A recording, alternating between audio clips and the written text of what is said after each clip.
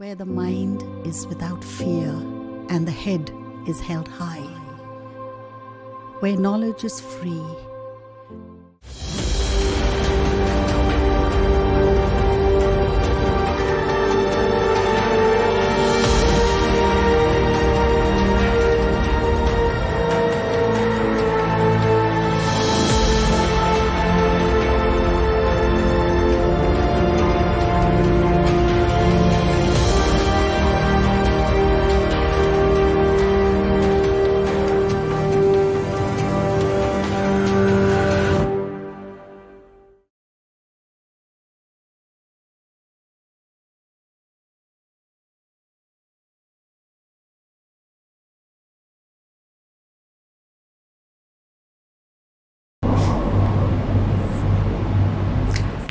Hello my beloved students, আজকে আবার আমরা নতুন ক্লাসে এসেছি। আমি বার্লো-বালিকা উচ্চ বিদ্যালয়ে পদার্থবিজ্ঞানের শিক্ষিকা প্রেরণা ব্যানার্জি। তোমাদের আজকে আমি তাপ অধ্যায়ের 10ম শ্রেণী ভৌতবিজ্ঞানের তাপ অধ্যায়ের তাপীয় পরিবহন সম্পর্কে কিছু বলবো। তোমরা ইতিপূর্বে 7ম, 8ম এবং 9ম শ্রেণীতে তাপ সম্পর্কে যা যা পড়েছ তাতে পরিবহন সম্পর্কে হয়তো যেটুকু জেনেছ, আজকে তার থেকে আরেকটু ডিটেলড জানার জন্য আমরা এই ক্লাসে কিছু কিছু টপিক বেছে নিয়েছি। প্রথমে আমাদের জানতে হবে যে আমরা যে এত কিছু তাপ সম্পর্কে পড়ছি, তাপ তো এক ধরনের শক্তি, এক প্রকার শক্তি। তাপ গ্রহণ করলে কি হয়? একটা বস্তু উত্তপ্ত হয়, আর তাপ বর্জন করলে বস্তু শীতল হয়। সবসময় জানতে হবে যে এই তাপটা কোনো বস্তু কখন গ্রহণ করে। নিশ্চয়ই একটি বস্তু যখন অপর একটি বস্তুর সংস্পর্শে থাকবে তখন কিন্তু তাদের মধ্যে তাপের আদান প্রদান বা বিনিময়টা হয়। সাধারণত একটা উষ্ণ বস্তু শীতল বস্তুর প্রতি তাপ প্রদান করে এবং একটি শীতল বস্তু উষ্ণ বস্তুর কর্তৃক তাপ গ্রহণ করে। তো আমরা আজকে পড়তে যাচ্ছি যে কিভাবে তাপ সঞ্চালন হয়। তার মধ্যে তাপ সঞ্চালনের 3টে ওয়ে আছে। কি কি? তাপ সঞ্চালনের 3টে ওয়ে আছে, যাকে আমরা 3 রকম প্রকারভেদ বলছি।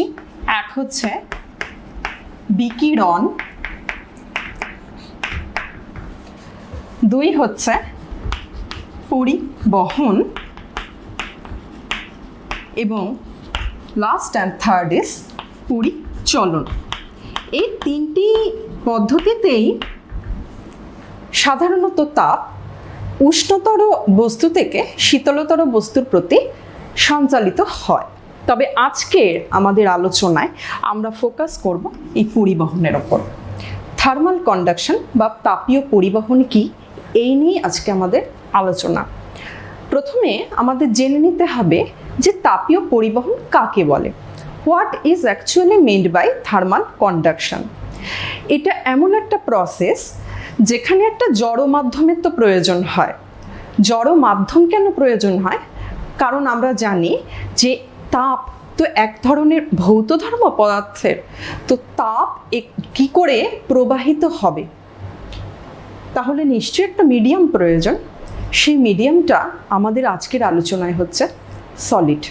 একটা কঠিন মাধ্যমের মধ্যে দিয়ে কি করে তাপ পরিবহন পদ্ধতিতে প্রবাহিত হবে সেটাই আমরা আজকে একটু দেখে নেব।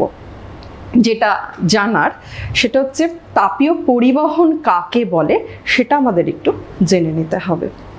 তাপীয় পরিবহন হলো এমন একটা পদ্ধতি যেখানে একটি উষ্ণতর বস্তু বা উষ্ণতর অংশ থেকে শীতলতর অংশে তাপটা প্রবাহিত হয়, কিন্তু এই প্রবাহিত হওয়ার পুরো সময়সীমা জুড়ে কখনো পদার্থের অভ্যন্তরস্থ কোনো কণা বা কোনো অণু পরমাণুর মধ্যে রিজিডনেসটা কিন্তু কোনোভাবেই ডিস্টার্বড হয় না।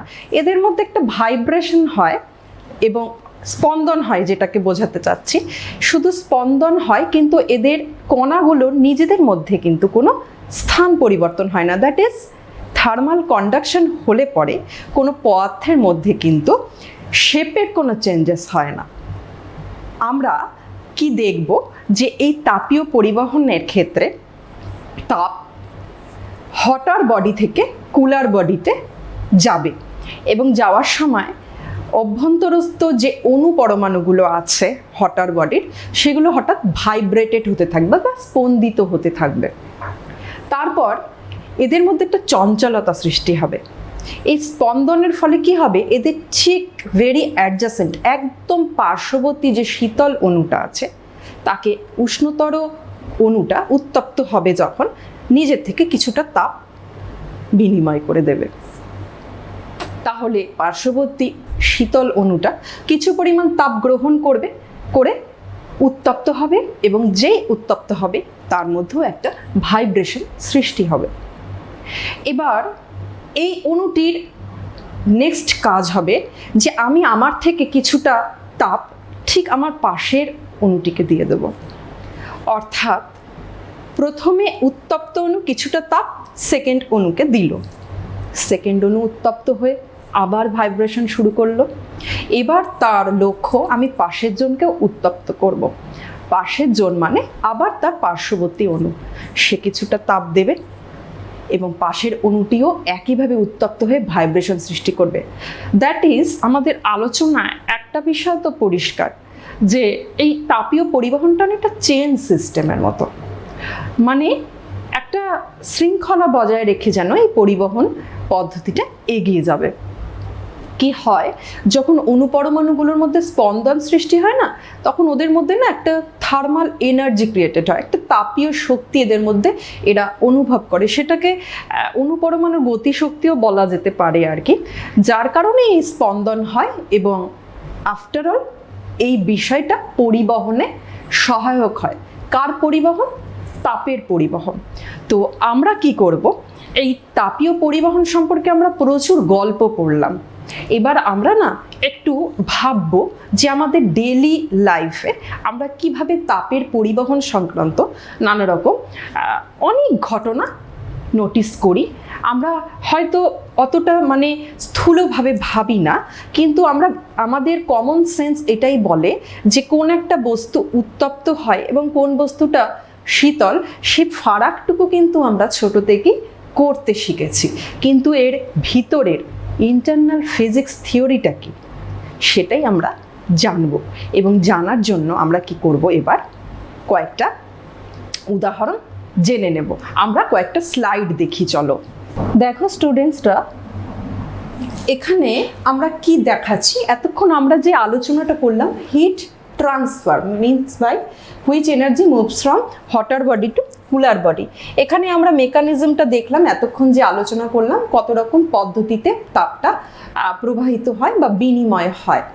তো 3 রকম পদ্ধতি বলে দিয়েছে, বিকিরণ, পরিবহন এবং পরিচলন।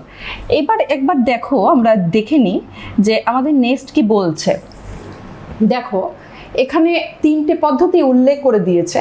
অলরেডি তাপীয় পরিবহন কাকে বলে এই সংক্রান্ত আমি তোমাদেরকে বলেছি। এখানে দেখো রে ডায়াগ্রাম দিয়ে দেখিয়েও দিল। এই ছোট ছোট মলিকিউলগুলো তোমরা দেখতে পাচ্ছ, দেখো ভাইব্রেটেড হচ্ছে, এখানে হিট দেওয়া হচ্ছে। এটা একটা আয়রন রড মনে করো, মেটালিক রড তুমি ভাবতে পারো। আয়রন রডটা আমরা জাস্ট আলোচনার জন্য বললাম, কারণ আয়রন ইজ এ মেটাল। আর মেটালিক রডই তুমি নিলে, এক প্রান্ত উত্তপ্ত করলে লটস অফ ভাইব্রেশন ক্রিয়েটেড হলো। এগুলো অণুপরমাণু, এবং এটা ভাইব্রেট হতে হতে চেন ওয়াইজ পার্শ্ববর্তী অণুগুলোকে ভাইব্রেট করতে করতে হটার পার্ট থেকে কুলার পার্টে টেম্পারেচারটাকে পাস করলো, বাড়ালো, হিটটাকে ট্রান্সফার করলো, এবং অটোমেটিক্যালি পুরো রডটা কি হলো, হিটেড হলো। আমার নেক্সট স্লাইড কি বলছে দেখো, কন্ডাকশনের ইন্টারনাল ফিজিক্স, যেটা একটু আগে আমি তোমাদের মুখে বললাম আলোচনা করে। ঠিক এইভাবে হয়, দেখো এনার্জাইজড হচ্ছে অ্যাটমগুলো, ভাইব্রেশন হচ্ছে, পরস্পরের মধ্যে এটা বিনিময় হচ্ছে, এবং এই 3টে স্টেপে, first step, second step and third step, এই 3টে স্টেপের মধ্যে দিয়ে কিন্তু কন্ডাকশন প্রসেসটা আফটার অল সম্পাদিত হচ্ছে। ফার্স্ট কেস কি, হিটিং। সেকেন্ড কেস কি, vibration and energy creation. Next হচ্ছে ট্রান্সফার। আমার নেক্সট স্লাইড কি বলছে, ভাইব্রেশন অফ মলিকিউলস। দেখো কিভাবে ভাইব্রেট করছে। রেড থেকে ব্লু পার্টে আমি বুঝিয়ে দিচ্ছি যে হটার মলিকিউল থেকে পুরোটাই কুলার মলিকিউলে যখন গেল, ব্লুটা আমি কুলার পার্ট বোঝাচ্ছি, রেডটা আমি হটার পার্ট বোঝাচ্ছি। দিস ইজ মাই ফায়ার, এখান দিয়ে হিট যাচ্ছে, পুরোটাই দেখো রেড করে দিয়েছি মিন্স এটা বুঝিয়েছি যে তাপটা পুরোটাই ভাইব্রেটেড হয়ে গেছে যখন হটার পার্ট থেকে পার্শ্ববর্তী সকল অণুকে হিটেড করে ফেলেছে। আচ্ছা, এরপর আমরা কি করব? আমরা এরপর দেখে নিই, আমাদের নেক্সট স্লাইড বলছে চেন ট্রান্সফার। একটু আগে বললাম না, এটা একটা অ্যানিমেশন, দেখো কি হয় জানো? এই দেখো এখানে হিট, মনে করো this is my first molecule of hotter body. উষ্ণতর অংশের উত্তপ্ত হচ্ছে যে অণুটি ফার্স্ট অণু, এনাকে কনসিডার করো। পার্শ্ববর্তী অণুকে একটু হিট দিল, তিনি পাশে দিলেন, এই চেইন ওয়াইজ হিটিং ট্রান্সফার হচ্ছে, যার জন্য একটু আগে আমি বলেছিলাম চেন রিঅ্যাকশন। এটা জাস্ট একটা অ্যানিমেশন। দেখো এরপর কি বলছে, আমরা এত কিছু বলছি, এগুলো সবই আমাদের বইয়ের তথ্যমূলক কথা। এবার আমরা ইন্টারেস্টেড একটা ল্যাবরেটরি এক্সপেরিমেন্ট দেখব। এটা দেখো কি বলছে। একটা রড নিয়েছে, ওয়ান এন্ডে হিট করছে, কিছু দূরত্ব পর পর কয়েকটা পিনকে এরা সেট করে রেখেছিল। আমি আর একবার দেখাচ্ছি তোমাদেরকে, এটা একটু থামিয়ে দেখাতে হবে ভিডিওটা স্টপ করে। এখানে দেখো কি দেখা যাচ্ছে, একটা রড নিয়েছি, তাতে কিছু দূরত্ব অন্তর অন্তর এগুলো এক একটা নিডল, এগুলোকে না একটু মোম দিয়ে আমি স্টাক করে রেখেছি, আটকে রেখেছি রডের ওপর। কেন রেখেছি? কারণ আমার লক্ষ্য হলো আমি এই রডটাকে উত্তপ্ত করব এবং উত্তপ্ত করার ফলে এর মধ্যে কি চেঞ্জেস হয় সেটা নোটিস করব। আমি কি করব? আমি স্টার্ট করব হিট দিতে। এই দেখো বার্নার দিয়ে তুমি হিট দিচ্ছ, তাপটা পরিবাহিত হচ্ছে বলে এই পিনগুলো খুলে পড়ে যাচ্ছে। কেন? তার কারণ হচ্ছে এই রডের থ্রুতে যখন তাপ এগোচ্ছে পরিবাহিত হয়ে, মোমটাকে গলিয়ে দিচ্ছে। এখানে দেখাচ্ছে যে হটার পার্টের অণুগুলোর মধ্যে একটা স্পন্দন বা ভাইব্রেশন শুরু হয়ে গেছে, এরা খুব ভাইব্রেটেড হচ্ছে এবং পার্শ্ববর্তী অণুকে আস্তে আস্তে কিন্তু কি করবে, এরা এই তাপটা এক্সচেঞ্জ করবে। তাহলে পাশের কুলার পার্টের মলিকুলগুলো একই সঙ্গে উত্তপ্ত হবে এবং যখনই উত্তপ্ত হবে তখন আস্তে আস্তে এদের মধ্যে দেখো একসঙ্গে সমস্ত উত্তপ্ত হতে শুরু করে দিয়েছে এবং প্রত্যেকটা মোম কিন্তু এইভাবে কিছুক্ষণ পর পর গলে গেছে, কারণ তাপ এগিয়েছে তো রড বরাবর। আর যখনই রড বরাবর এগিয়েছে তখনই কিন্তু মোমগুলো গলে গিয়েছে, যে মোমগুলো দিয়ে তুমি পিনগুলোকে স্টাক করে রেখেছিলে। উত্তাপে মোম গলে গেছে, পিনগুলো খুলে গেছে। এখানে এই প্রসেসটাই দেখানো হয়েছে অ্যাকচুয়ালি, যে একটু একটু করে পিনগুলো খুলে যাচ্ছে। এই পরীক্ষাটি প্রমাণ কি করলো? প্রমাণ এটাই করলো যে কন্ডাকশন একটা কন্টিনিউয়াস প্রসেস, যতক্ষণ তুমি হিটিং দিতেই থাকবে ততক্ষণ এটা কি করবে, অ্যালং একটা মিডিয়া তাপটাকে ট্রান্সফার করে নিয়ে যাবে হট রিজিয়ন থেকে কুল রিজিয়নে। এই বিষয়টা সবসময় জানতে হবে। আচ্ছা, একইভাবে তাপের ক্ষেত্রে পরিবহনটা তরলের ক্ষেত্রেও বোঝা যায়। যখন তুমি কি হয়, আমরা যখন ডাক্তারি থার্মোমিটার ব্যবহার করি আর কি আমাদের শরীরে তাপমাত্রা মাপার জন্য, তখন কিন্তু এই প্রসেসটাই হয়। কি হয়, আমরা যখন মাপতে যাই আমাদের গায়ের টেম্পারেচার কত, তখন আমাদের শরীর উত্তপ্ত থাকে, আমরা সাসপেক্টেড যে আমাদের জ্বর হয়েছে, সেজন্য আমরা থার্মোমিটারটা কি করি, আমাদের শরীরের মধ্যে স্পর্শ করাই এবং আমাদের শরীর থেকে তাপ যখনই থার্মোমিটার গ্রহণ করে তখনই কি হয়, থার্মোমিটারের মধ্যে আমরা জানি পারদ ব্যবহার করা হয়। আগের দিন আমরা জেনেছিলাম পারদের তাপীয় প্রসারণটাকে এখানে ইউজ করা হয়। আজকে দেখছি কি করে তাপ পরিবহন হচ্ছে এবং থার্মোমিটারের মধ্যে রাইজ হয়ে যাচ্ছে পারদ স্তম্ভটা, যেটা ইন্ডিকেট করবে যে আমার আলটিমেট দেহের তাপমাত্রা কত। তাহলে এইভাবে আমরা কিন্তু একটা ল্যাবরেটরি এক্সপেরিমেন্ট অবজার্ভ করলাম। এবার দেখো কি বলেছে, পরিবহনের কিছু শর্ত আছে, যে শর্তগুলো অবশ্যই মেনটেন্ড হতে হবে তাপীয় পরিবহন বুঝতে হলে। প্রথম কথা হচ্ছে, তাপটা পরিবহন যখন হবে তখন তো একটা বস্তু থেকে অন্য বস্তুতে পরিবাহিত হবে। যার জন্য আমাকে বুঝেই নিতে হবে যে the two object must be touching each other. পরস্পরের সংস্পর্শে থাকলে তখনই তাপের বিনিময়, মানে কি বলবো, গ্রহণ এবং বর্জন যে বিনিময় প্রথা, সেটা সম্ভব। Next point is there should be some difference in temperature of the two objects, obviously, কারণ আমরা তো বলেইছি যে একটা পার্ট উষ্ণতর হবে, সেখান থেকে তাপ পরিবাহিত হয়ে শীতলতর অংশে সঞ্চালিত হবে। তাহলে অবশ্যই আমাকে বুঝে নিতেই হবে হটার পার্ট আছে যখন হায়ার টেম্পারেচার, সেখান থেকে তাপ পরিবাহিত হবে to lower temperature, that is কুলার বডিতে। And next is his transfers from object at a higher temperature to the other which is at low temperature. যেটা আমাদের এই তিনটে কন্ডিশন যদি ভালো মতো করে শর্ত ঠিকঠাক করে মান্যতা পায়, তাহলে কিন্তু থার্মাল কন্ডাকশন বা তাপের পরিবহন এই বিষয়টা ফিজিক্যালি এবং প্র্যাকটিক্যালি সম্পাদিত হবে। আমরা কিছু প্র্যাকটিক্যাল এক্সাম্পল পড়ব থার্মাল কন্ডাকশনের। আমরা ভীষণ রকমভাবে চোখে দেখি, কেন হয়, কিভাবে হয়, এগুলো ভাবনার জন্য আমাকে একটা নতুন ওয়ার্ড জানতে হবে এই চ্যাপ্টারে, যে পরিবাহী কাকে বলে। মনে হচ্ছে তোমরা অষ্টম শ্রেণীতে পরিবাহী সম্পর্কে অল্প কিছু তো জেনেছ। পরিবাহী কাকে বলছে? এই যে অধ্যায়টা আজকে আমরা পড়ছি না, যে পাঠটা তাপীয় পরিবহন, এই পুরো ব্যবস্থাটার জন্য আমরা বলেছি যে একটা মাধ্যম প্রয়োজন। অ্যাকচুয়ালি মাধ্যম, কোন মাধ্যমে তাপটা পরিবাহিত হবে, এই তাপটাকে কে হোল্ড করবে, কে ক্যাচ করবে, কে দেবে, এই পুরো বিষয়টার মধ্যেই কিন্তু এই শব্দটা একটা ইম্পর্টেন্ট রোল প্লে করে। যে পরিবাহী কাকে বলে? পরিবাহী হচ্ছে সেই বস্তু যা তাপ গ্রহণ করে অপরকে সেটা বিনিময় করতে সাহায্য করতে পারে, তাকে বলা হয় পরিবাহী। দ্যাট ইজ, এটা কিসের জন্য এসেনশিয়াল? হিটটাকে ফ্লো হতে এটা সহায়তা করে। তাহলে পরিবাহীকে বলা হয় কন্ডাক্টর। আমাদের এই পরিবাহী কত প্রকারের হয়? আমাদের এই প্রকৃতিতে সব কিছুরই দুটো টাইপ হয়, একটা হচ্ছে উত্তম, একটা হচ্ছে কিছুটা কম। এর মাঝামাঝিটা নিয়ে আমরা আলোচনা করছি না। তাহলে পরিবাহী দুই প্রকার আমরা জানবো। একটা হচ্ছে গুড কন্ডাক্টর, যাকে বলছে উত্তম পরিবাহী। তোমাদের যে রেফারেন্স বই ফলো করো তাতে এটা সুপরিবাহীও লেখা হয়, বা সুপরিবাহী বলে এটাকে ব্যাখ্যা করা হয়েছে। And the last one is bad conductor.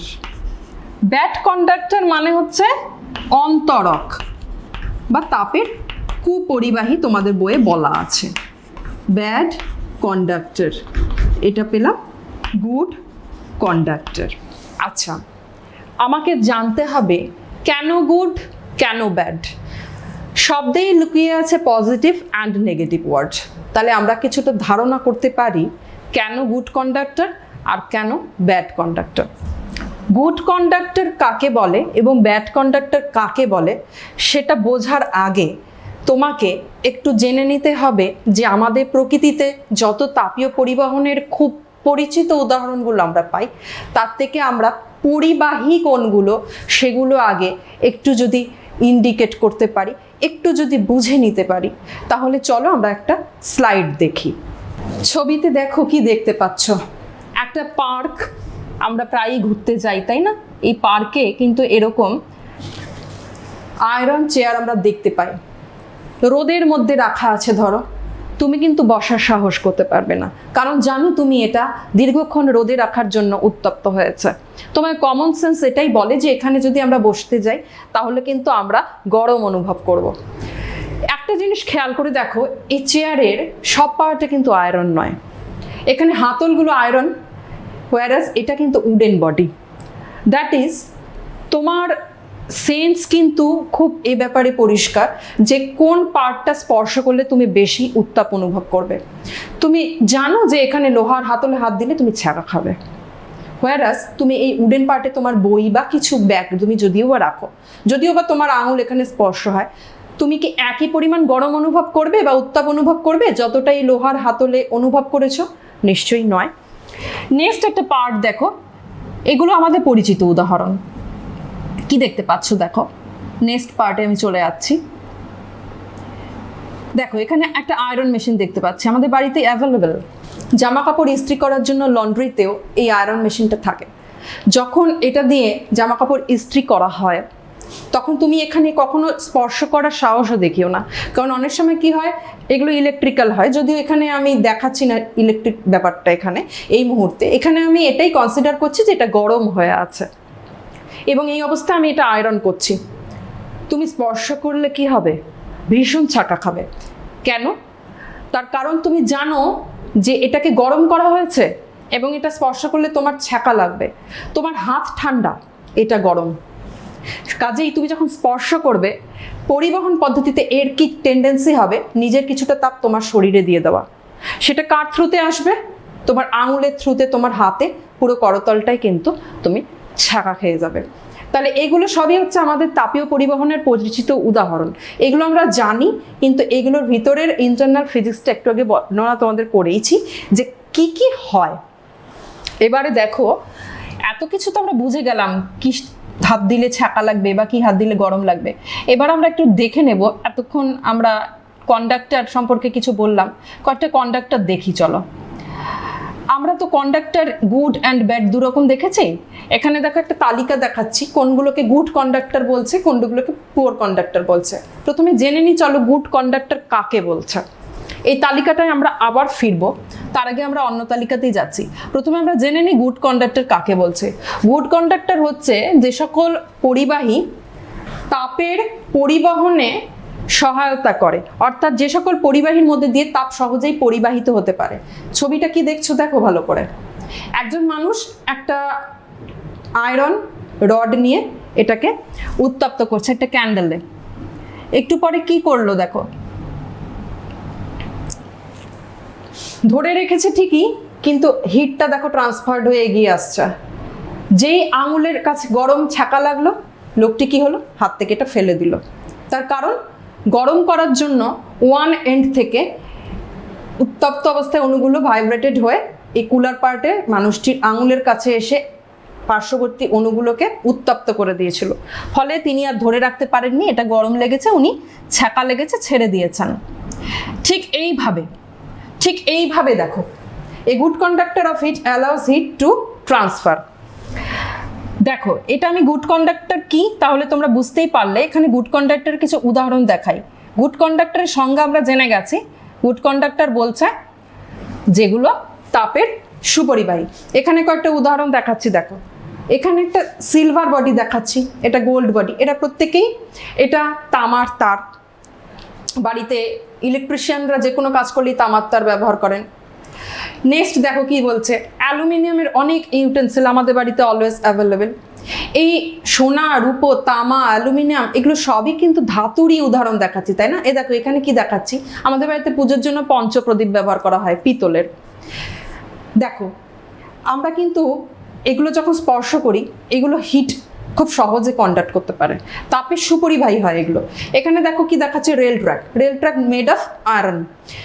অনেকক্ষণ দীর্ঘক্ষণ রোদ পেতে পেতে এগুলো উত্তপ্ত হয়ে যায়, কখনো হাঁটলে বুঝবে। এ দেখো এখানে কি দেখাচ্ছি, এখানে কিন্তু একটা থার্মোমিটার দেখানো হচ্ছে।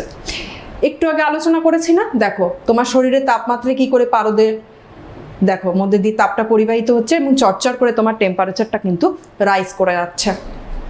একটু আগে এই উদাহরণটা দেখিয়েছিলাম। তাহলে এই সমস্ত কিছু দিয়ে আমরা ব্যাখ্যা করতে পারি যে কাকে গুড কন্ডাক্টর বলছে এবং কাকে কিভাবে বোঝা যাচ্ছে যে একটা কন্ডাক্টর তাপের সুপরিবাহী হয়।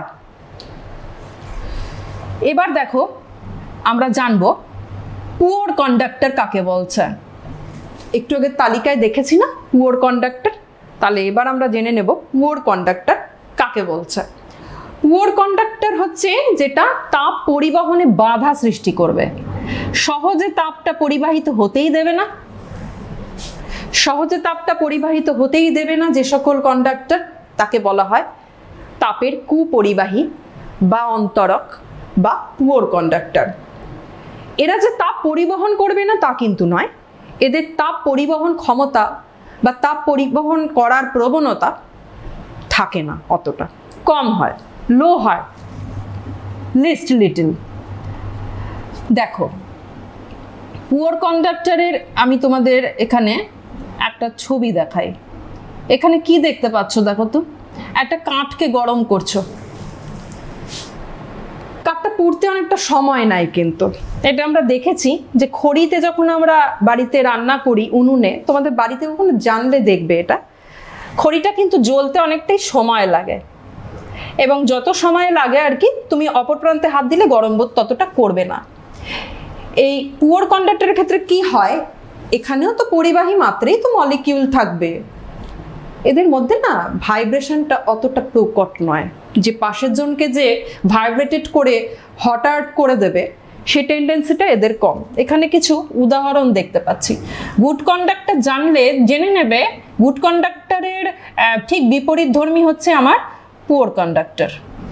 গুড কন্ডাক্টরের যা যা উদাহরণ বা যা যা ধর্ম, পুয়ার কন্ডাক্টরের ঠিক উল্টো। গুড কন্ডাক্টর সব কিছু ভালোভাবে পরিবাহিত করবে তাপের, এভরিথিং তোমায় সহায়তা করবে, তাপটা পরিবাহিত হতে দেবে। পুয়ার কন্ডাক্টর দেবে না। এখানে পুয়ার কন্ডাক্টরের উদাহরণ দেখাচ্ছি, দেখো দেখতে পাচ্ছ একটা স্কুল বাড়ি, মাথার উপর অ্যাসবেস্টসের টিন। কেন দিয়েছে জানো? গরমটাকে নিয়ন্ত্রণ করার জন্য। কারণ অ্যাসবেস্টস হচ্ছে পুয়ার কন্ডাক্টর বা তাপের কুপরিবাহী, অতটা তাপ ধরে রাখতে পারে না। ফলত রুফিংয়ের জন্য কিন্তু আমরা এগুলো চুজ করি। নেক্সট দেখো কি বলছে, কর্ক, একটা বোতলের মাথায় মুখে আর কি কর্কের ছিপ, তোমরা এই যে দেখতে পাচ্ছ এটা কর্ক। কর্ক হচ্ছে one type of poor conductor. এখানে দেখো তুমি একটা কাঠের বেঞ্চ রেখে দিয়েছ, কাঠের বেঞ্চটা ততটা গরম অনুভব কিন্তু তুমি করতে পারবে না। হবে না গরম তা নয়, গরম হবে ঠিকই, তাপ কিছুটা ক্যাচিং করবে, কিন্তু সেটা কম। দেখো কি হয়, একটা লোহার চেয়ারের থেকে কিন্তু অনেক বেটার। আমরা শীতকালে কত গরম লেপ তো শুকোতে দিই। এখানে দেখো উল দেখতে পাচ্ছ, কটন উল, এগুলো কিন্তু তাপের কুপরিবাহী। শীতকালে সোয়েটার পরো কেন? কারণ এগুলো গরম রাখতে পারে, সেরকমভাবে তাপটা করতে পারে না। এখানে দেখো একটা কাঁচের বয়াম দেখতে পাচ্ছ, কাঁচ কিন্তু তাপের কুপরিবাহী। এখানে দেখো কাঁচের জারে আমি একটা পিকল দেখাচ্ছি, জ্যাম। এই কাঁচ টাচ এগুলো সবই কিন্তু পুয়ার কন্ডাক্টরেরই উদাহরণ। দেখো এখানে একটা হরলিক্সের শিশি দেখাচ্ছে, আমাদের বাড়িতে অ্যাভেলেবেল। যে কোনো কাঁচ কিন্তু তুমি রোদে রেখে দাও, ফেটে যাবে না, কারণ কাঁচ তাপের কুপরিবাহী। আচ্ছা, এবার আমরা দেখে নেব কিছু ডেইলি লাইফ গুড আর ব্যাড কন্ডাক্টের উদাহরণ। দেখো এখানে কি দেখতে পাচ্ছ, গরম চায়ের কাপের মধ্যে চামচ ডুবিয়ে রেখেছ। বেশ গরম কাপ, তুমি চামচ দিয়ে চিনিটা স্টারিং করছো।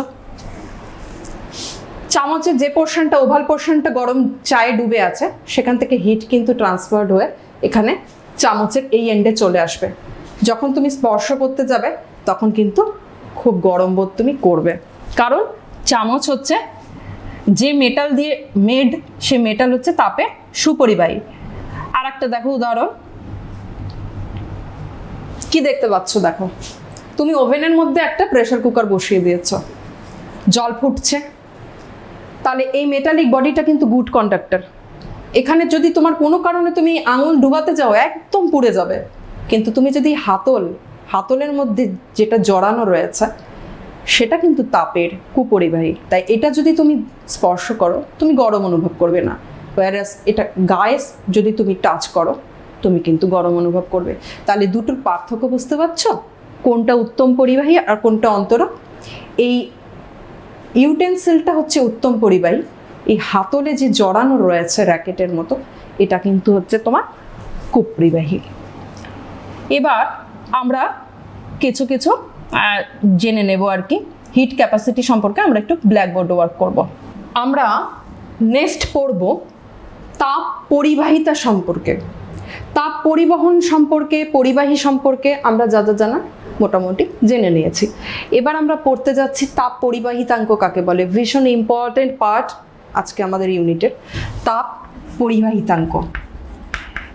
নতুন একটা কোএফিশিয়েন্ট আমরা কিন্তু জানতে যাচ্ছি, মানে একটা কনস্ট্যান্ট। এটা একটা থার্মাল কন্ডাকশনের ক্ষেত্রে একটা বিরাট রোল কিন্তু প্লে করে। যে কোনো মেটালিক পরিবাহীর ক্ষেত্রে আমাদের যেটা প্রথম জানতে হয় সেটা হচ্ছে তাপ পরিবাহিতাঙ্ক কতটার। এটার উপর ডিপেন্ড করে বোঝা যায় কোন পরিবাহী উত্তম পরিবাহী হবে, দ্যাট ইজ গুড কন্ডাক্টর, আর কোনটা ব্যাড কন্ডাক্টর বা পুয়ার কন্ডাক্টর হবে। দেখো এই ছবিটা খেয়াল করো, একটা আয়তাকার ফলক নিয়ে আছে। আয়তাকার ফলক নিয়েছি বা প্লেট বলতে পারো তুমি, যার থিকনেসটা হচ্ছে ডি। এই ডিটাকে আমি বলছি থিকনেস বা বেধ। তোমাদের বইয়ে এটা বেধ লেখা আছে। এটা হচ্ছে প্রস্থচ্ছেদের ক্ষেত্রফল। প্রস্থচ্ছেদের ক্ষেত্রফল, এরিয়া অফ ক্রস সেকশন। কিউটা হচ্ছে এই বেধ যে ডি আছে এবং এ যে এরিয়া আছে তোমার আয়তকার ফলকটার, তার ওয়ান কি বলবো এন্ড, এটাকে ধরো একটা পৃষ্ঠ বলছো তুমি, সেখানে দেখো θ2 টেম্পারেচার আমি দিয়েছি, অপর পৃষ্ঠে টেম্পারেচার আছে θ1। এই থিটাগুলোকে না আমি টেম্পারেচার বলছি, ঠিক আছে? দুটো এন্ডের টেম্পারেচার হচ্ছে θ1 আর θ2। এই কিউটা হচ্ছে amount of heat to be transferred perpendicularly, লম্বভাবে একটা পৃষ্ঠ থেকে অপর পৃষ্ঠে যদি তাপ পরিবাহিত হয় কিউ পরিমাণ। এই কিউটা তোমাকে কি ইন্ডিকেট করছে? হিট ইন্ডিকেট করছে। কিরকম হিট?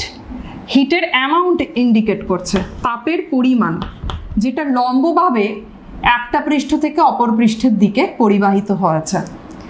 θ1 আর θ2 এটা ইন্ডিকেট করছে temperature at two end, temperature at two ends, but দুটো পৃষ্ঠতলের মধ্যে কত টেম্পারেচার আছে আর কি, টু ফেসেস বলতে পারো। আচ্ছা দেখো, আমি যা যা বলার বলে দিয়েছি, শুধুমাত্র একটা জিনিস এখন এখানে অ্যাড করতে হবে, যে এই পুরো বিষয়টা যখন হবে, দ্যাট ইজ তাপ যখন ট্রান্সফার্ড হবে একটা পৃষ্ঠ থেকে অপর পৃষ্ঠে, ঠিক বিপরীত পৃষ্ঠে পারপেন্ডিকুলারলি লম্বভাবে যাবে, ডি বেধ বিশিষ্ট আয়তাকার ফলক, এ এরিয়া বিশিষ্ট আয়তাকার ফলক আমার আছে। এই পুরো বিষয়টা যখন সম্পাদিত হবে তখন আমাকে টাইমটা কিন্তু কাউন্ট করতে হবে, কত সময় ধরে পরিবাহিত হবে এই তাপটা। তাহলে এখানে আমাদের আর একটা নতুন আমরা রাশি জানলাম, সেটা হচ্ছে সময়। এই সমস্ত কিছু টার্মগুলো দিয়ে না আমি কি করব, একটা নতুন সম্পর্ক বানাবো। এই পুরো তাপীয় পরিবহনটার উপর ভিত্তি করে একটা সম্পর্ক আমি এখানে প্রতিষ্ঠা করব। আমি প্রতিষ্ঠা করব বলা ভুল, আমি প্রমাণ করব। এই সম্পর্কটি প্রতিষ্ঠা করেছিলেন বিজ্ঞানী ফুরিয়ার। বিজ্ঞানী ফুরিয়ার কি করেছিলেন, তাপীয় পরিবহন সংক্রান্ত একটা লস কিন্তু উনি এস্টাবলিশ করেছিলেন, যাকে বলা হয় ফুরিয়ার্স ল অফ থার্মাল কন্ডাকশন বা তাপীয় পরিবহন সংক্রান্ত ফুরিয়ারের সূত্র। উনি কি করলেন দেখো, এই সমস্ত কিছু রাশির মধ্যে না পারস্পরিক একটা সম্পর্ক নির্ণয় করলেন। উনি বোঝাতে চাইলেন যে এই কতটা পরিমাণ তাপ পরিবাহিত হবে কোনো একটা আয়তাকার ফলকের এক পৃষ্ঠ থেকে বিপরীত পৃষ্ঠের লম্বভাবে, এই সমস্ত কিছুর মধ্যে একটা সামঞ্জস্যতা বা একটা কি বলবো সমানুপাতিক এবং ব্যস্তানুপাতিক সম্পর্কের হার অনুযায়ী পুরো বিষয়টা ঘটবে। তাহলে আমাকে কি করতে হবে, এই অ্যামাউন্ট অফ হিটের সঙ্গে এই প্রত্যেকটি বিষয় কিভাবে রিলেটেড সেটা সম্পর্কের আকারে লিখতে হবে। তাহলে চলো আমি লিখি। আমি এখানে দেখাবো যে কোন কোন বিষয়ের সঙ্গে আমার অ্যামাউন্ট অফ হিট যেটা বলছি সেটা সমানুপাতিক এবং কোনটির সঙ্গে ব্যস্তানুপাতিক। দেখো এখানে আমি লিখছি আমার কিউ অ্যামাউন্ট অফ হিট, সেটা অলওয়েজ ফলকটার বেধের সঙ্গে ব্যস্তানুপাতিক। ডি হচ্ছে আমার বেধ, 1 নম্বর। 2 নম্বর, প্রস্থচ্ছেদের ক্ষেত্রফলের সঙ্গে সমানুপাতিক। 3 নম্বর, দুটো পৃষ্ঠের টেম্পারেচার তুমি জানো এবং এখানে θ2 ইজ গ্রেটার দ্যান θ1। কেন জানো?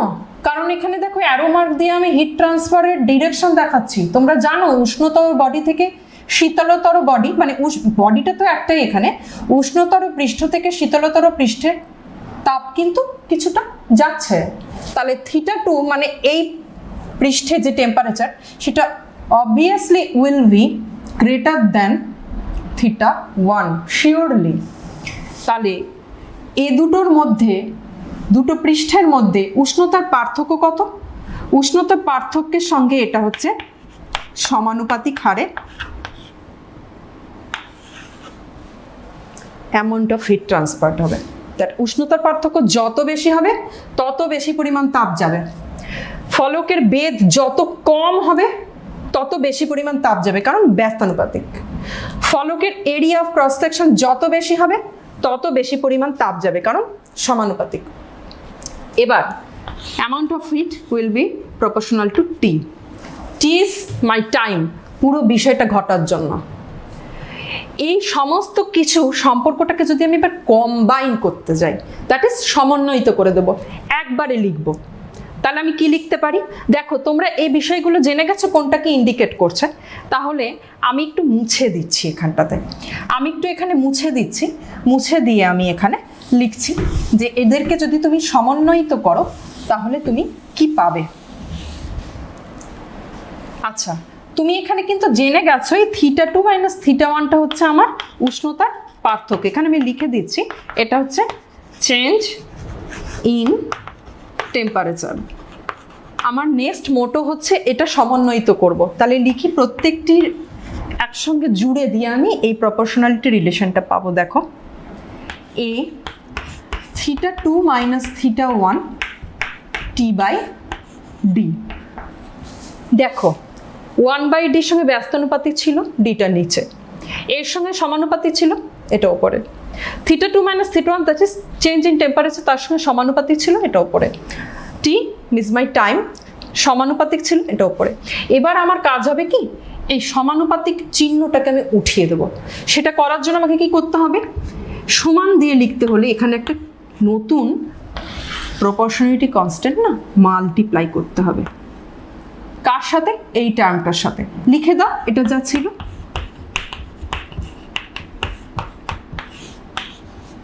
তাহলে কিউ ইকুয়াল টু তুমি কত পেলে না, পেলে Q equal to K A θ2 minus θ1 T/D। This is my Fourier's law of thermal induction. তাপীয় পরিবহন সংক্রান্ত বিজ্ঞানী ফুরিয়ার যে সম্পর্ক প্রতিষ্ঠা করেছিলেন তার ম্যাথমেটিক্যাল এক্সপ্রেশন হচ্ছে এটা। এবার আমাকে কি করতে হবে, এই কেটা যে প্রপোর্শনালিটি কনস্ট্যান্ট বলছি না, সমানুপাতিক ধ্রুবক, এটাই অ্যাকচুয়ালি হচ্ছে তাপ পরিবাহিতাঙ্ক বা তাপীয় পরিবাহিতাঙ্ক একে বলা হয়। এই কেটাকে বলা হয় তাপীয় পরিবাহিতাঙ্ক, থার্মাল কন্ডাক্টিভিটি। এবার আমি এই ম্যাথমেটিক্যাল এক্সপ্রেশন থেকে কেটাকে আলাদা করে লিখব। সেটা লেখার জন্য আমাকে কি করতে হবে, আমি এখানে এই রিলেশনটা মুছে দিচ্ছি। দেখো আমি এখানে লিখছি, এখান থেকে আমি পেয়ে যাব K will be equal to QD divided by A of θ2 minus θ1 into T. ঠিক আছে, এবার আমার কাজ হবে কেটাকে ডিফাইন করা, সংজ্ঞায়িত করব। সেটা করার জন্য আমাকে কি করতে হবে, আমি না প্রত্যেকটা ভ্যালুগুলোকে না একক ধরবো।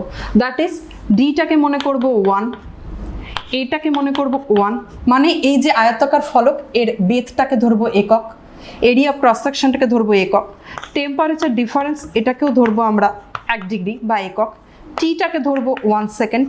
এই সমস্ত 1 1 1 1 এগুলো না আমি এই ফর্মুলায় সাবস্টিটিউট করে দেবো, দ্যাট ইজ বসিয়ে দেবো।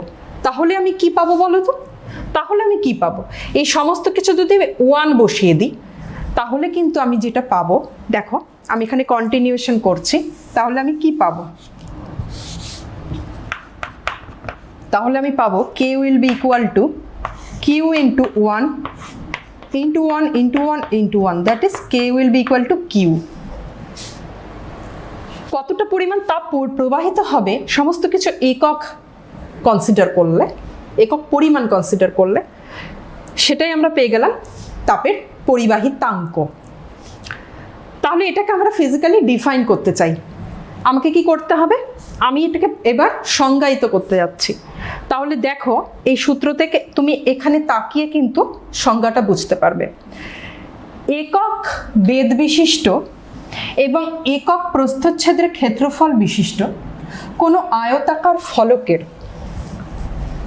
উভয় পৃষ্ঠের মধ্যে যদি উষ্ণতার পার্থক্য একক হয়, তবে উষ্ণতার স্থিতাবস্থায় সেই ফলকের একটি পৃষ্ঠ থেকে অপর পৃষ্ঠে লম্বভাবে তাপ পরিবাহিত হতে যদি একক পরিমাণ সময় লাগে, তাহলে যে পরিমাণ তাপ প্রবাহিত হবে তাকেই বলা হবে তাপের পরিবাহিতাঙ্ক। আমি রিপিট করছি, একক বেধ এবং একক প্রস্থচ্ছেদের ক্ষেত্রফল বিশিষ্ট কোনো আয়তাকার ফলকের উভয় পৃষ্ঠে টেম্পারেচার ডিফারেন্স বা উষ্ণতা পার্থক্য একক বা 1 ডিগ্রি হলে উষ্ণতার স্থিতাবস্থায় একটি পৃষ্ঠ থেকে ঠিক বিপরীত পৃষ্ঠে লম্বভাবে একক সময় ধরে যে পরিমাণ তাপ পরিবাহিত হবে তাকেই বলা হয় তাপের পরিবাহিতাঙ্ক, যাকে আমি কে দিয়ে ইন্ডিকেট করেছি। তাহলে আমার যদি থার্মাল কন্ডাক্টিভিটির ভেরিয়েশন বোঝায়, একটা গুড কন্ডাক্টরের ক্ষেত্রে এটা অলওয়েজ 1 হবে। একটা উত্তম পরিবাহী, সর্বোত্তম পরিবাহী যে হবে তার থার্মাল কন্ডাক্টিভিটির মান হবে 1 বা অসীম। 1 বলা ঠিক হচ্ছে না, মানে আমি বলতে চাচ্ছি অসীম হবে, অসীম হবে। এবং একটি কি বলবো ব্যাড কন্ডাক্টর বা পুয়ার কন্ডাক্টরের ক্ষেত্রে এই থার্মাল কন্ডাক্টিভিটির মানটা কিন্তু 0 হবে। তোমরা একবার নোট করো, এটা আমি স্লিপ অফ টাং বলেছি। উত্তম পরিবাহীর ক্ষেত্রে থার্মাল কন্ডাক্টিভিটিটা অসীম হবে, পুয়ার কন্ডাক্টরের ক্ষেত্রে থার্মাল কন্ডাক্টিভিটিটা 0 হবে। বাট বিজ্ঞানীরা বলেছেন practically this is not possible. Practically this is not possible. আমাদের মহাবিশ্বে এমন কোনো পদার্থ এখনো অবধি আমরা পাইনি যার উত্তম পরিবাহী হিসেবে পরিবাহিতাটা অসীম বা ব্যাড কন্ডাক্টর হিসেবে 0। এটা প্রমাণ করে প্রকৃতিতে যত রকম পরিবাহী থাক না কেন প্রত্যেকে কিছু না কিছু তাপ তো পরিবাহিত করবে, যার জন্য পরিবাহিতাঙ্ক কখনোই 0 হবে না। লিস্ট হবে, লিটল হবে, কিন্তু 0 হবে না কখনো। এবার আমি আগ্রহী এই থার্মাল কন্ডাক্টিভিটির ডাইমেনশন বার করার জন্য। আমি একটু স্লাইড দেখাবো, দেখাতে যাচ্ছি যে বিষয়টা আমি আলোচনা করলাম, ভেরিয়েশন অফ থার্মাল কন্ডাক্টিভিটি। দেখো বিভিন্ন পদ থেকেতে থার্মাল কন্ডাক্টিভিটি যে আলাদা হয়, মানে বিভিন্ন বডির ক্ষেত্রে কে কতটা তাপ পরিবহনের ক্ষমতা রাখে, তাপ ক্যাচিং পাওয়ার কতটাকার, সেটা কিন্তু নট অলওয়েজ সেম, ডিফারেন্ট হবে ফর ডিফারেন্ট মেটেরিয়াল।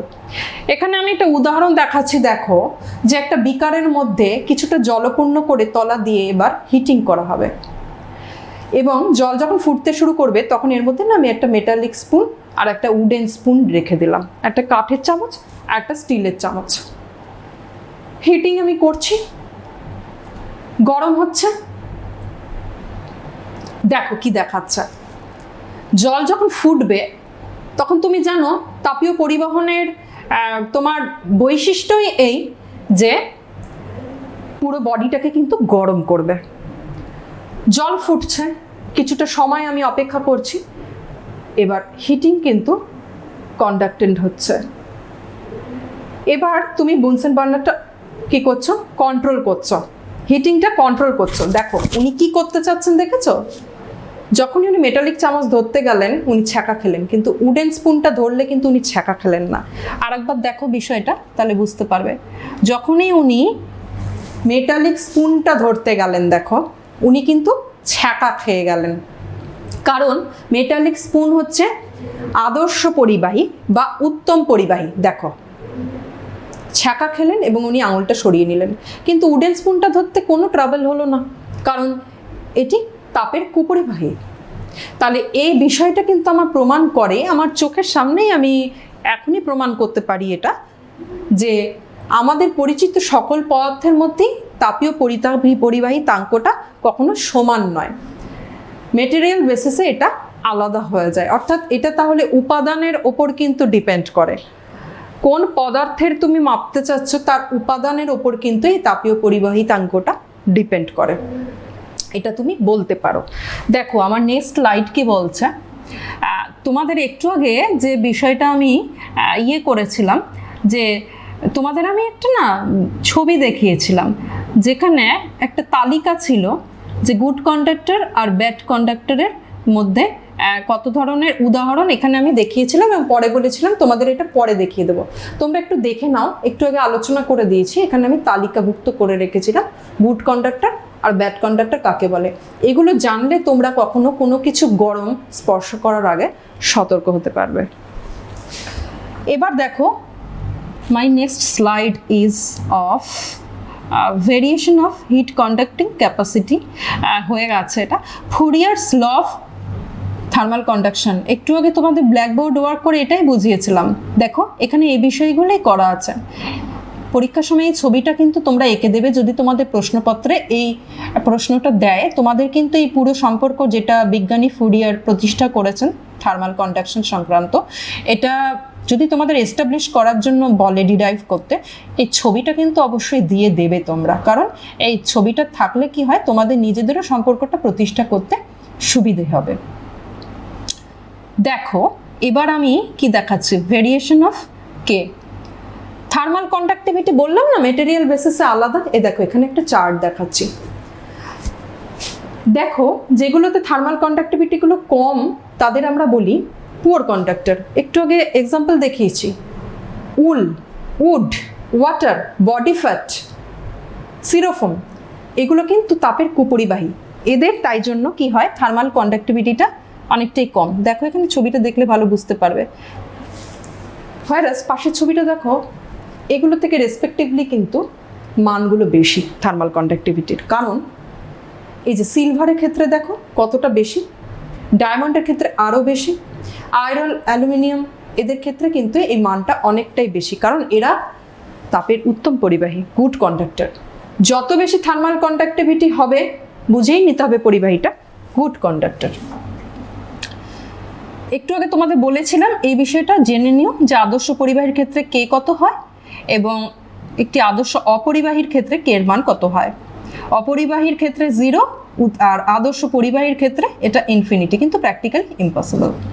আচ্ছা এবার সরাসরি না আমরা একটা নতুন পরীক্ষা দেখব, যেটাকে আমরা বলবো ইঞ্জেন হাউস এক্সপেরিমেন্ট। কি বলবো? ইঞ্জেন হাউস এক্সপেরিমেন্ট। বিজ্ঞানী কি প্রমাণ করতে চেয়েছিলেন? প্রমাণ করতে চেয়েছিলেন এটাই যে প্রত্যেকটি পদার্থের বা প্রত্যেকটি ধাতু বা অধাতু প্রত্যেকের ক্ষেত্রে তাপীয় পরিবহন ক্ষমতা বা তাপীয় পরিবাহিতাটা আলাদা। ছবিটা দেখো কি করেছে, এই ছবিটা কি বোঝাচ্ছে দেখো। বিজ্ঞানী যেটা করেছিলেন, আমরা পরীক্ষাটা তোমাদের পরে দেখাচ্ছি, একটা বাক্স নিয়েছিলেন আর 4টে রড নিয়েছেন, মেটালিক রড। তার মধ্যে একটা মেড অফ স্টিল, একটা মেড অফ আয়রন, একটা মেড অফ অ্যালুমিনিয়াম, একটা মেড অফ কপার। এই বড় বড় রডগুলো প্রত্যেকটি সমান লেন্থের আর সমান সাইজের, শেপ, সাইজ অ্যান্ড লেন্থ সবের ক্ষেত্রে ইউনিফর্ম, সুষম। কি করেছেন উনি? এই বক্সের না নির্দিষ্ট দূরত্ব অন্তর সমান পরিমাণ গর্ত উনি করেছেন। গর্তগুলো এতটাই আইডেন্টিক্যাল করেছেন, হোলগুলো এতটাই আইডেন্টিক্যাল ক্রিয়েট করেছেন যাতে এই রডগুলো ঠিক ঢুকে না ফিক্সিং হয়ে থাকতে পারে। মানে এদের ডায়ামিটারটাকে কনসিডার করে এই হোলগুলো ক্রিয়েট করা হয়েছে। যেহেতু 4টে সাইড সেম, হোলগুলো সেম বলা যেতে পারে। এবার নির্দিষ্ট দৈর্ঘ্য অন্তর প্রত্যেককে না সমান দূরত্ব অবধি ঢুকিয়ে দিয়েছে। মানে বাইরের পোর্শন যেগুলো বের হয়ে আছে রডগুলোর, তাদের প্রত্যেকটার ক্ষেত্রেই যদি তুমি একটা রেড মার্কিং করো এবং স্কেল দিয়ে মাপো, দেখবে কি এই দৈর্ঘ্যগুলো সেম, মানে সমান দৈর্ঘ্য ঢুকিয়েছেন, অটোমেটিক্যালি বাইরে সমান দৈর্ঘ্য বের হয়ে আছে। এরপর উনি যেটা করেছেন, বাইরে যে পোর্শনগুলো বেরিয়েছিলেন তার মধ্যে ভালো করে মোম পালিশ করেছেন। দেখো সলিড ওয়াক্স, পুরোটাই সলিড ওয়াক্স দিয়ে উনি পালিশ করে দেবেন। চলো ভিডিওটা দেখি কি বলছে। দেখো যেটা করা হয় এখানে, আমি ভিডিওটা একটু এগিয়ে দিই। দেখো রূপো, তামা, অ্যালুমিনিয়াম, লোহা এবং কাঁচ, 5 রকমের রড, প্রত্যেকটি বাইরে বের হয়ে থাকা পোর্শনগুলো না মোম দিয়ে উনি ভালো করে পালিশ করে দিলেন। বাইরে বের হয়ে থাকা পোর্শনগুলো মোম দিয়ে উনি পালিশ করে দিচ্ছেন। দেখো দেখো দেখো কেন করছেন? তোমার মনে প্রশ্ন আসতে পারে কেন করছেন। এই অবস্থায় ভিতরে উনি জল ফুটতে দিয়েছেন, গরম জল। জল যখন ফুটতে শুরু করবে একটা হিট তৈরি হবে, প্রডিউসড। সেই হিটগুলো কি হবে, ভিতরে যে পোর্শনগুলো ঢুকে আছে তার মাধ্যমে রড ওয়াইজ পরিবাহিত হয়ে এগিয়ে আসবে। কারণ হিট তো পরিবাহিত হয়ে আসবে না উষ্ণ অংশ থেকে শীতলতর পার্টের দিকে। সেই সময় এরা মোমটাকে গলিয়ে দেবে। দেখো দেখতে পাচ্ছ মোমগুলোকে গলিয়ে দিচ্ছে। আবার দেখো কি করছেন, মোমগুলো গলিয়ে দিচ্ছে। দেখো দেখো, কিন্তু দেখো এই মোম গলনের মাত্রাটা প্রত্যেকটা রডের ক্ষেত্রে সেম নয়। রূপোর ক্ষেত্রে প্রায় পুরোটাই গলা গেছে, তামার ক্ষেত্রে রূপোর থেকে একটু কম গলেছে কিন্তু অনেকটাই গলেছে। দেখো এই যে সাদা অংশগুলো না, এগুলো হচ্ছে অবশিষ্ট ওয়াক্স। অ্যালুমিনিয়ামের ক্ষেত্রেও অনেকটাই গলেছে, তবে তামার থেকে কম গলেছে। আচ্ছা আর দুটো দেখো কি হয়েছিল, লোহা। লোহার ক্ষেত্রে অ্যালুমিনিয়ামের থেকে একটু কম গলেছে, কাঁচের ক্ষেত্রে না অনেকটাই কম গলেছে। তাহলে এই গলনের মাত্রাটা কেন ডিফারেন্ট? এটা প্রমাণ করছে প্রত্যেকটি মেটালের ক্ষেত্রে, বা যে কোনো মেটাল কেন, শুধুমাত্র মেটাল বা নন মেটালই বলো, মেটাল একটু বেশি তাপের পরিবাহী হয়, সুপরিবাহী, তাই এটা বেশি গলিয়ে দিয়েছে। কিন্তু কাঁচ তাপের কুপরিবাহী অন্তর, তাই বেশিটা মোম গলাতে পারেনি। তাহলে এটাই প্রমাণ করলো রূপোর তাপের পরিবাহিতা সবচেয়ে বেশি, তারপর তামার, তারপর অ্যালুমিনিয়াম, তারপর লোহা, লাস্টলি কাঁচ। তার মানে কাঁচের পরিবাহিতাঙ্ক খুব কম। আচ্ছা এই বিষয়টা আমরা বুঝে নিলাম, এখানে দেখিয়েছে কিভাবে হয়েছে। Engine house experiment is very much important, এটা তোমরা পড়ে রাখতে পারো, প্রশ্ন আসে। নেক্সট আমরা আলোচনায় চলে যাচ্ছি, আমরা অলমোস্ট আমাদের আলোচনার শেষ পার্টে চলে এসেছি। এবার আমরা দেখে নেব, আমরা একটু ব্ল্যাকবোর্ড ওয়ার্ক করে জেনে নেব যে একটি তাপীয় পরিবাহী এবং একটি তড়িৎ পরিবাহীর মধ্যে কি সাদৃশ্য রয়েছে। আমরা তাপীয় পরিবাহিতাঙ্কের ডাইমেনশনটা একটু জেনে নেব। ডাইমেনশনটা কি, এখানে এই ফর্মুলাটা তোমরা মনে করো, যেটা আমি তাপীয় পরিবাহিতাঙ্কের ফর্মুলা বলেছিলাম, এস্টাবলিশড ম্যাথমেটিক্যাল ফর্মুলা, তার ভিত্তিতে আমি ডাইমেনশনটা একটু বার করব। তাহলে কিউ হচ্ছে তাপ, তাপ মানে হচ্ছে শক্তি, শক্তি আর কার্য কিন্তু পরস্পর সম্পর্কিত। তাহলে কিউ এর যদি তুমি মাত্রা এখানে বার করতে চাও, তোমাকে তো কি করতে হবে, প্রত্যেকটি মাত্রা আলাদা করে দিয়েই কে এর ডাইমেনশনটা বার করতে হবে না। তাহলে কে এর ডাইমেনশন বার করতে হলে তোমাকে প্রথমে কিউ এর মাত্রা জানতে হবে। কিউ এর মাত্রা হচ্ছে ml² t-2। কিউ হচ্ছে অ্যামাউন্ট অফ হিট, এটাকে তুমি এনার্জি ইজ ইকুইভ্যালেন্ট টু কার্য, তাহলে কার্যর লিমিটটা তুমি লিখে দিলে। আচ্ছা এবার দেখো মাত্রাটা তুমি লিখে দিলে, ডাইমেনশনটা। ডি হচ্ছে বেধ, এ হচ্ছে এরিয়া, θ2 - θ1 এটা তো টেম্পারেচার, এদের ডাইমেনশন টেম্পারেচারই হবে। টি হচ্ছে টাইম। তাহলে দেখো কি আসছে, হচ্ছে ml t-3 θ-1। এটাই হচ্ছে আমার তাপীয় পরিবাহিতাঙ্কের ডাইমেনশন। তাহলে আমরা তাপীয় পরিবাহিতাঙ্কের ডাইমেনশনটা পেয়ে গেলাম। তোমরা এখানে এই ব্র্যাকেটটা দিয়ে দিতে পারো, ডাইমেনশন লিখতে হলে এই ব্র্যাকেটটা মেনটেন করতে হয়, এটা জেনে রাখবে। নেক্সট আমরা তাপীয় পরিবাহিতাঙ্কের ইউনিটটা একটু দেখে নেব, একক কি, এবং ইউনিট কনসিডার করার সময় আমরা সিজিএস এবং এসআই ইউনিট এই দুটোই আমরা ডিটারমাইন করব। তাহলে কি লিখতে পারি, আমি এখান থেকে পেয়ে যাচ্ছি যে সিজিএস এবং এসআই ইউনিট। সিজিএস ক্যালোরি তাপের ক্ষেত্রে, এখানে ডি/এ, তাহলে তুমি কি পাবে, সেন্টিমিটার ইনভার্স, টি সেকেন্ড ইনভার্স, আর এটার জন্য পাবে পার ডিগ্রি সেলসিয়াস ইনভার্স। এটা হয়ে গেল তোমার সিজিএস পদ্ধতিতে ইউনিট। হোয়ারাস এসআই পদ্ধতিতে ইউনিট কি হবে, তোমার তাপের একক কি এসআই পদ্ধতিতে, জুল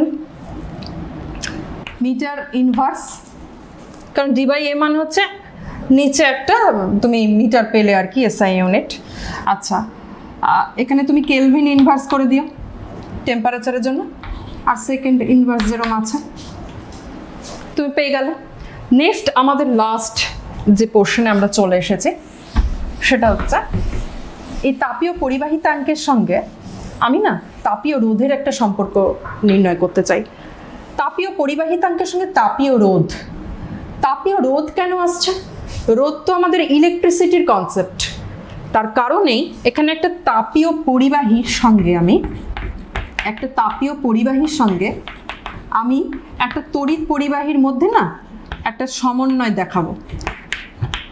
তাপীয় পরিবাহী এবং তড়িৎ পরিবাহী, দ্যাট ইজ থার্মাল কন্ডাক্টরের সঙ্গে ইলেকট্রিক্যাল কন্ডাক্টরের মধ্যে আমি একটা সম্পর্ক দেখাতে চাই যে এদের মধ্যে কত সাদৃশ্য লক্ষ্য করা যায় আর কি।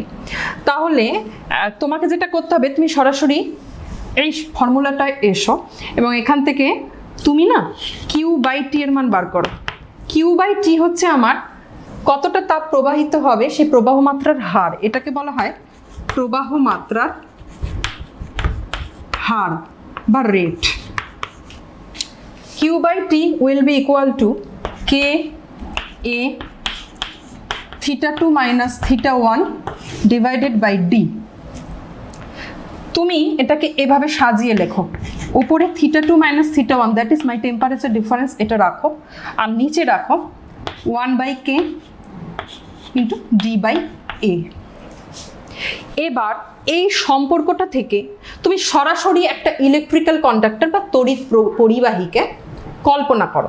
একটা তড়িৎ পরিবাহীর ক্ষেত্রে আমরা ওহমস লতে জেনেছি কি হয়, কোনো পরিবাহীর মধ্যে দুই প্রান্তের যে বিবাহ প্রভেদ থাকে তাদের অন্তরের সঙ্গে ওই তড়িৎ পরিবাহীর মধ্যে দিয়ে তড়িৎ প্রবাহ মাত্রা, যেটাকে আমরা আই বলি, এবং বিভব প্রভেদের যেটাকে আমরা বলি V1 মাইনাস V2, তাদের মধ্যে কি সম্পর্ক হয়, সমানুপাতিক সম্পর্ক হয়। এবং আমরা লিখতে পারি V1 minus V2 is equal to IR। যখন এই প্রপোর্শনালিটি সম্পর্কটা আমরা উঠিয়ে দিই তখন এখানে আমরা একটা R কনস্ট্যান্টকে গুণ করি, যাকে আমরা বলি রোধ। কি বলি, রোধ। তাহলে আমি কি করব, এই R এর সঙ্গে থার্মাল কন্ডাক্টিভিটি এর একটা সম্পর্ক নির্ণয় করতে চাই। তাহলে এখানে আইটা হচ্ছে আমার তড়িৎ প্রবাহ মাত্রা, লিখি আমি, আই হচ্ছে আমার তড়িৎ প্রবাহ মাত্রা, যেটার মান আমরা পেয়ে গেলাম V1 মাইনাস V2/R। এখানে তাকাও, এই Q/T এবং I এই দুটো সম্পর্কের মধ্যে একটা মিল খোঁজো। দেখো টেম্পারেচার ডিফারেন্সটা যেন মনে হচ্ছে এই বিভব প্রভেদের সঙ্গে সমন্বয় একটা লক্ষ্য করা যায়, যেন এই দুটোর মধ্যে একটা সাদৃশ্য পাওয়া যায়। তাহলে এই দুটো ভগ্নাংশকে যদি পরস্পরের সদৃশ্য আমরা বিচার করি তাহলে এদের হরটাও পরস্পরের সদৃশ্য হওয়া উচিত। তাহলে আমি এখানে আলাদা করে যদি লিখি যে θ2 minus θ1 by 1/K into D/A, এটা যদি সদৃশ্য হয় V1 মাইনাস V2/R এর সঙ্গে, তাহলে আমি একটা তড়িৎ পরিবাহী আর তাপীয় পরিবাহীর মধ্যে কি কি সাদৃশ্য পাচ্ছি। 1 নম্বর, একটা তাপীয় পরিবাহীর ক্ষেত্রে টেম্পারেচার ডিফারেন্সটা একটা তড়িৎ পরিবাহীর ক্ষেত্রে বিভব প্রভেদের ডিফারেন্সের সঙ্গে কিছুটা মিল পাওয়া যায়। এক্ষেত্রেও কি হয়, তাপীয় পরিবাহীর ক্ষেত্রে উচ্চতর উষ্ণতা দ্যাট ইজ হায়ার টেম্পারেচার থেকে লোয়ার টেম্পারেচারে তাপ ট্রান্সফার্ড হয়। এক্ষেত্রে উচ্চ বিভব থেকে নিম্ন বিভবে কিন্তু ট্রান্সফার্ড হয়। আচ্ছা, উভয় ক্ষেত্রেই পরিবাহীর দৈর্ঘ্যটা সঙ্গে কিন্তু এই তাপীয় প্রবাহ মাত্রা এবং তড়িৎ প্রবাহ মাত্রাটা সমানুপাতিক হয়। তাহলে এক এক করে আমরা দিয়ে দিতে পারি θ2 মাইনাস θ1 এর কার সঙ্গে V1 মাইনাস V2 সঙ্গে সামঞ্জস্যপূর্ণ। আচ্ছা, Q/T আর I উভয়ই পরিবাহী লেন্থের সঙ্গে ব্যস্তানুপাতে পরিবর্তিত হয়। উভয় পরিবাহী লেন্থের সঙ্গে ব্যস্তানুপাতে পরিবর্তিত হয়। আর একটা কি, Q/T এবং I উভয়ই তোমার এরিয়ার সঙ্গে সমানুপাতে পরিবর্তিত হয়। আর উভয়ের ক্ষেত্রেই উচ্চ বিভব থেকে নিম্ন বিভবে যেমন যাচ্ছে তড়িৎ পরিবাহীর ক্ষেত্রে, তাপীয় পরিবাহীর ক্ষেত্রে কি হচ্ছে, উচ্চ উষ্ণতা থেকে নিম্ন উষ্ণতায় যাচ্ছে। শুধু একটা জিনিস বলা বাকি রয়েছে, এগুলো সবই একরকম হয়ে গেছে। আমরা কি করব, এই আটটাকে এর সঙ্গে সমন্বয়িত করব। তাহলে আমরা লিখতে পারি, এখান থেকে দেখো আমি এই পোর্শনটা মিটিয়ে দিচ্ছি, এই পোর্শনটা আমি মিটিয়ে দিচ্ছি। এখানে কি পাচ্ছ দেখো, সোজাসুজি এই পোর্শন থেকে চলে এসো, এই দুটোকে আমরা সমান করতে চাচ্ছি। তাহলে R equal to 1/k into D/A। এই আরটাকে বলা হয় তাপীয় রোধ, আরটাকে বলা হয় তাপীয় রোধ বা থার্মাল রেজিস্ট্যান্স, যার মানটা হয় 1/k ইন্টু D/A এর সঙ্গে সমান। আবার যদি তুমি এটাকে আরটাকে তুমি রোধ টার্মে লেখো, রোধ টার্মে লেখো, তাহলে কিভাবে লিখতে হবে, রো মানে হচ্ছে রোধাঙ্ক, রো মানে হচ্ছে রোধাঙ্ক, দ্যাট ইজ 1/r। রো মানে হচ্ছে রোধাঙ্ক, যাকে আমরা আর এর অনন্যক হিসেবে জানি। তাহলে যদি 1/r এর সঙ্গে তোমরা মিলিয়ে লিখতে যাও, তাহলে কি পাবে, 1/r ইকুয়াল টু, আমরা পেয়েছিলাম 1/r equal to k into A/D equal to rho. তাহলে এই টার্মের সঙ্গে তুমি কিন্তু পেয়ে গেলে, তাহলে থার্মাল রেজিস্টিভিটিটা তোমরা পেয়ে গেলে। যদি তুমি এইভাবে লিখতে যাও, তাহলে আর হবে এর সঙ্গে সমানুপাতিক এবং রো কার সঙ্গে সমানুপাতিক হবে, 1/r দিয়ে যে টার্মটা তুমি পাবে তার সঙ্গে সমানুপাতিক হবে। আমাদের আলোচনা আজকে এটুকুই থাকলো। তোমাদের কি করতে হবে, বাড়িতে ভালো করে এগুলো প্র্যাকটিস করতে হবে। অনেক রকম সম্পর্ক আছে তো নিরূপণ করতে হয়, সেগুলো ভালো করে লিখে প্র্যাকটিস করবে। এবং এই তাপীয় পরিবাহীর সঙ্গে তড়িৎ পরিবাহের মধ্যে কি কি সাদৃশ্য লক্ষ্য করা যায়, থার্মাল রেজিস্ট্যান্সটা কি করে বার করা যায়, থার্মাল রেজিস্টিভিটির মান কত হয়, ফুরিয়ার্স ল, এগুলো বাড়িতে ভালো করে ডিরাইভ করে করে প্র্যাকটিস করবে। আর তোমরা একটু বাড়িতে ভাবো, তোমাদের পরিচিত যা কিছু কন্ডাক্টর আছে, গুড অর ব্যাড, কোনটা কি, নিজেরা একটু ভেরিফাই করো। সবাই ভালো থেকো।